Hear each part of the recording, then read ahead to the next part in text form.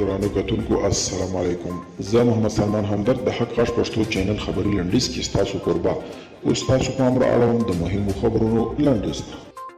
د امریکا ولسمشر جو بایدن په خپله لومړۍ کاري ورځ 15 فرمانونه صادر کړي دي. په لومړي سر کې یې د فرمانونو په صادرولو د ټرمپ ځینې اقدامات لغوه کړي دي. چین د مایک پامپیو او رابرټ اوبراین په ګډون د ډونالډ ټرمپ د ادارې پر 28 لوړپوړو چارواکو د ټرمپ د واکمنۍ پر وروستۍ ورځ بندیزونه لګولي.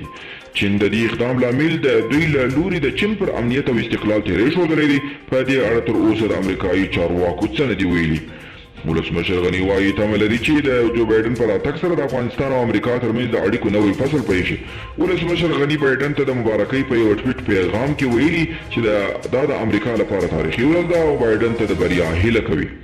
د راپورونو له مخې اشرف غني په ولسمشرۍ ماڼۍ کې د امریکا د سفارت له شهزادګۍ راس ویلسن او په افغانستان کې د امریکایي ځواکونو له عمومي قومندان جنرال سکاټ میلر سره کتلي دي. دوی پر سوله، روانو مذاکراتو، روانو جګړو او ناامنیو خبرې کړي دي.